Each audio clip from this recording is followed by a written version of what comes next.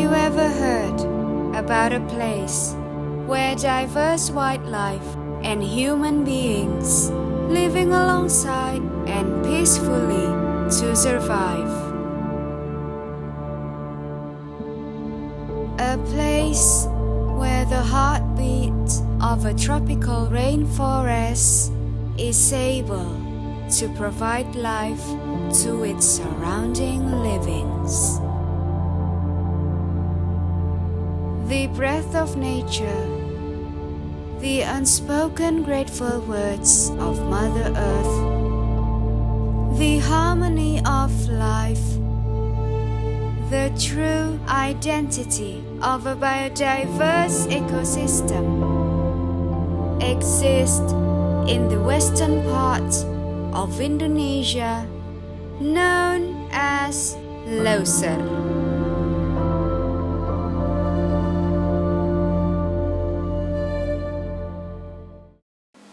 Hi everyone, I am Wardoyo. I am a video creator who loves exploring, searching for adventure. And I am Abex. I'm a storyteller and I love adventures. And we are young ASEAN storytellers from Indonesia. At this moment, we would like to take you on an adventurous journey with incredible sights in one of the ASEAN Heritage Park in Indonesia. And we are proud to present to you Gunung Leuser National Park, the identity of Leuser.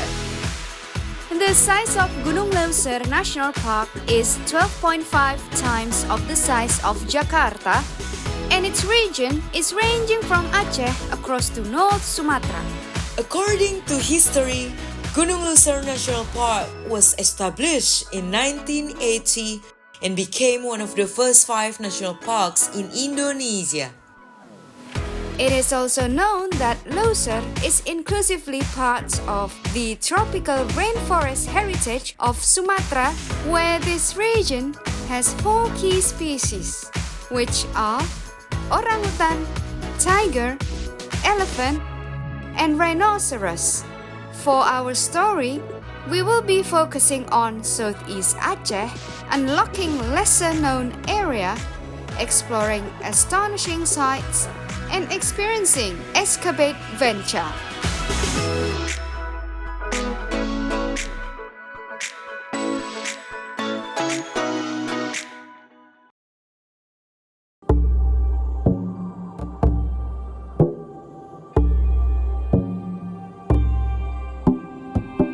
Ketambe, a Gayo ethnic tourist village located in Southeast Aceh, parts of the Gunung Leuser National Park area, has become a witness of a mutual life between biodiversity and human. Handmade Gayo bracelets were given to us by Mr. Hasim, a Ketambe cultural figure, as a welcome gift. The main ingredient of Ketambe's traditional snacks is palm sugar, and somehow the flavor of this palm sugar reminds the Ketambes who have wandered out of the village about their heritage. After receiving a heartwarming welcome, we were then introduced to Saman dance, a traditional dance performed by boys and male youths. According to UNESCO, Saman dance has become part of the list of intangible cultural heritage in need of urgent safeguarding. Therefore, cultural regeneration is a necessity to maintain their identity as Gayo ethnic in Ketambe. Kenapa mesti rapat? Begitulah rasa tali persaudaraannya dan begitulah eratnya suku Gayo itu, rasa persatuan dan kesatuannya melalui seni. Di seninya ada, di kehidupan bermasyarakatnya ada, dan bergotong royongnya ada semua. Itu salah satu gambaran yang terdapat di Saman ini.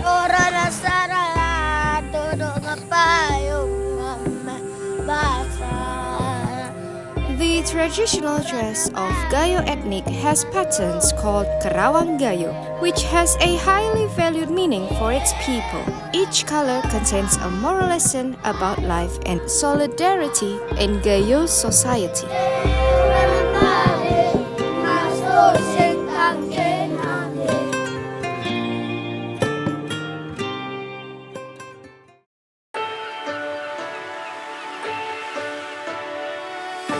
Heading to Gunung Setan, a hillside where a restoration program is conducted in order to accelerate the recovery of the damaged terrain and preserve the ecosystem. Ini kan lahan ini banyak yang sudah hancur. Dengan adanya restorasi ini, penyuplaian bibit ini dari rumah-rumah bibit kita yang sudah kita sediakan. This program is done by planting seeds that is valuable to wildlife and to its local people. Kegiatan rutin yang ada di restorasi ini menciptakan bibit, mengisi tanah ke dalam polybag, menyemaikan, terus merawat bibit di nursery kita ini. Alasan kita untuk menanam kayu hutan, fungsinya di kemiringan 30 derajat. Kayu hutan itu kita tanam biar tidak ada terjadi longsor. The restoration started in 2020 and has recovered around 135 hectare of land area. Kita tanam juga ini seperti kayu-kayu simpur apa gitu, karena ini kan gunanya banyak juga ini, selain daripada untuk pertahanan pakan orang hutan juga.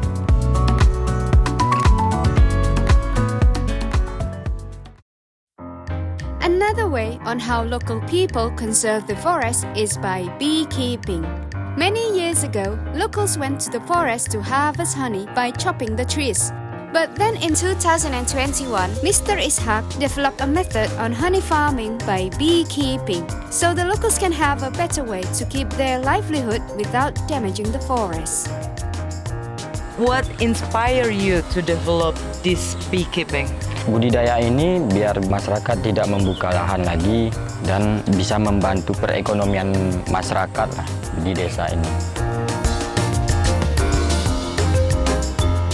Mr. Ishak, Ya, Bu. what species that you have in this bee farm? Ya, kalau di sini spesiesnya seperti jenis Trigona itama lah, Bu.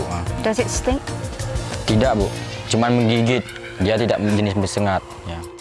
For the extraction process, beekeepers only harvest around 80% honey from each honey pot to maintain its sustainability.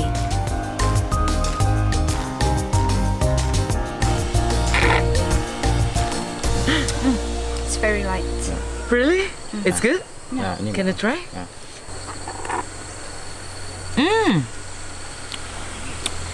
The taste is good. It's juicy, it's fruity, They're very light. very light. Moving on to another side of Ketambe, we are now going to Gura Natural Tourism Zone, which is also known as Lawe Gura. In local language, Lawe means water and Gura is the name of the area. That being said, Lawe Gura has remarkable natural forest attractions such as hot spring and remarkable tree. With the guidance and company of Mr. Supriyadi, the head of Lawe Gura Resort, we explored the forest of Lawe Gura.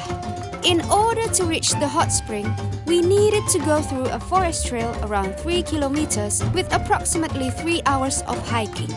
Not long after we started hiking, we found a remarkable tree inside the forest. What kind of species of this tree?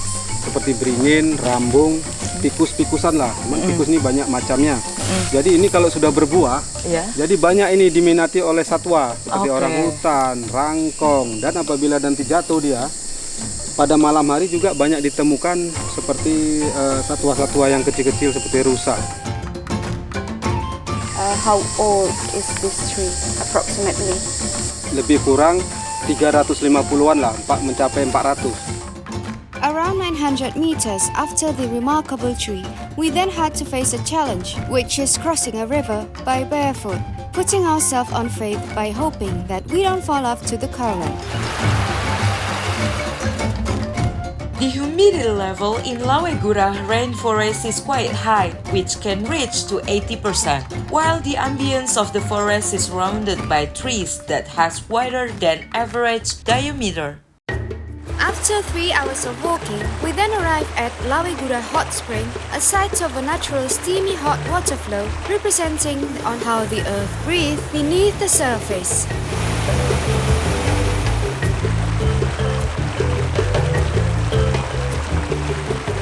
Another fascinating story about Leuser is that Mr. Supriyadi once had a close encounter with a rhinoceros in 2019. Sebelumnya saya juga ya sudah melakukan patroli dari tahun 2011. Selama saya patroli itu memang ada keinginan saya juga bagaimana kalau ketemu badak. Jadi pada waktu itu jaraknya mencapai 30 meter. Saya heran juga, biasanya badak ini dengar suara aja sudah lari. Ini kok dia memandang saya, mendekati saya. Dia mencapai 5 meter. Dia ada mengeluarkan seperti ngaus dia. Haus, haus, haus. Saya perhatikan, lalu badak itu seolah marah. Jadi dia datangi sampai 1,5 meter itu badak itu. Itulah terus dia mau ngapakan tanduknya, culanya itu ke paha saya lompat. Lompat itu dia langsung pergi. Itulah pengalaman saya selama di TNGL itu yang tidak bisa saya lupakan sampai saat ini. The size of Sumatran rhinos are the smallest amongst the 5 rhinoceros species across the world, with their height averaging between 44 to 57 inch. Also, this species is the only kind in Asia that has 2 horns.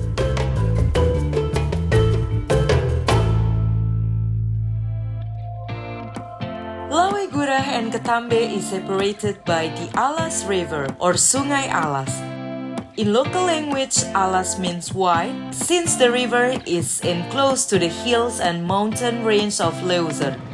Sungai Alas is also the longest river that streams along Leuser to Sengkili, where its mouth directly leads to the Indian Ocean, and it is also well known for its rafting activities. Assisted by Mr. Yaspi from Ketambe's local community, we were then invited to experience rafting in the famous Alas River.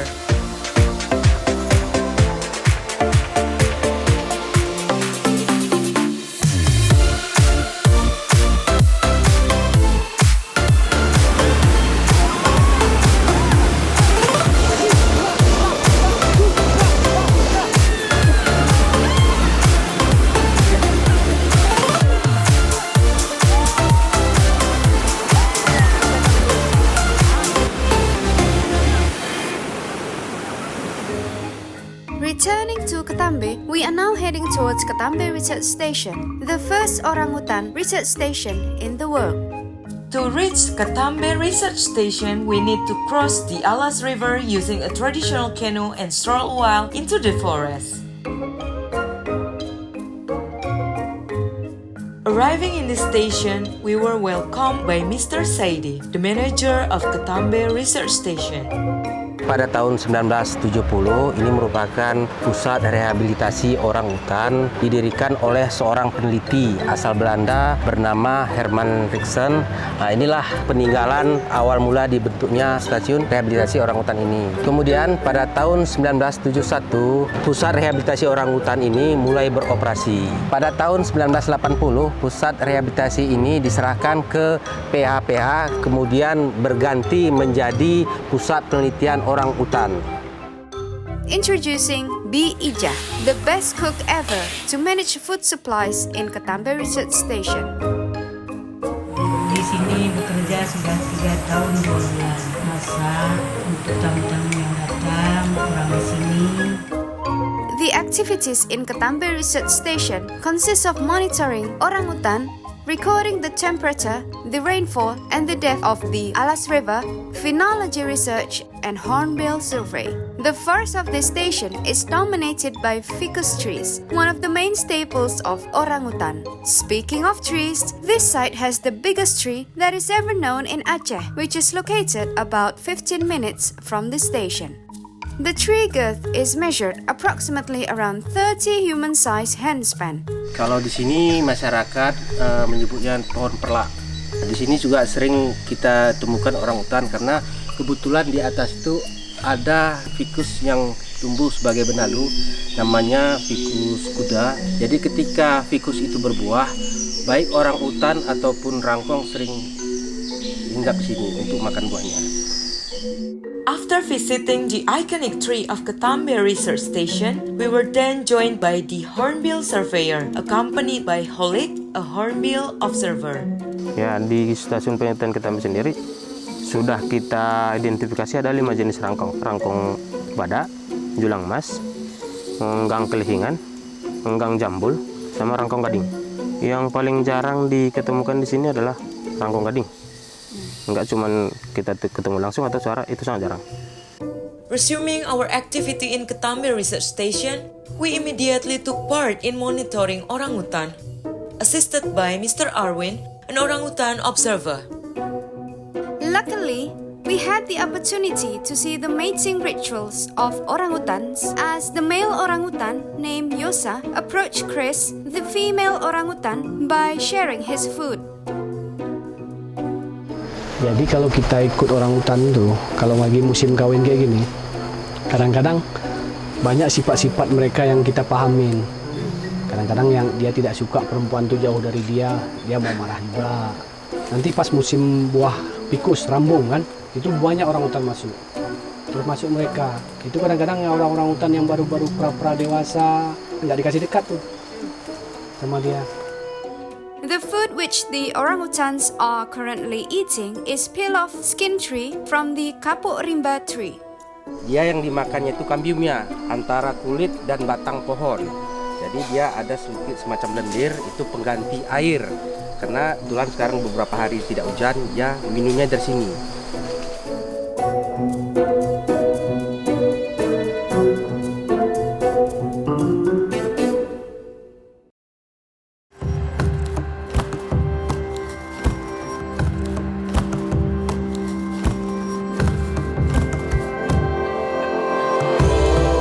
The relationships between the wildlife, human, and nature are perfectly portrayed in Leuser.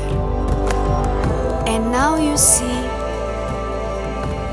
how all of the living elements are encouraging each other to avoid loss, to keep the wilderness safe, and to sustain the balance of a biodiverse ecosystem between wildlife and human beings. Leuser, a paradise of each and every tropical living beings, and the hope for our grandchildren. Benteng terakhir, Sumber kehidupan. hidup saya. Harapan. Dunia. Leuser adalah identitas.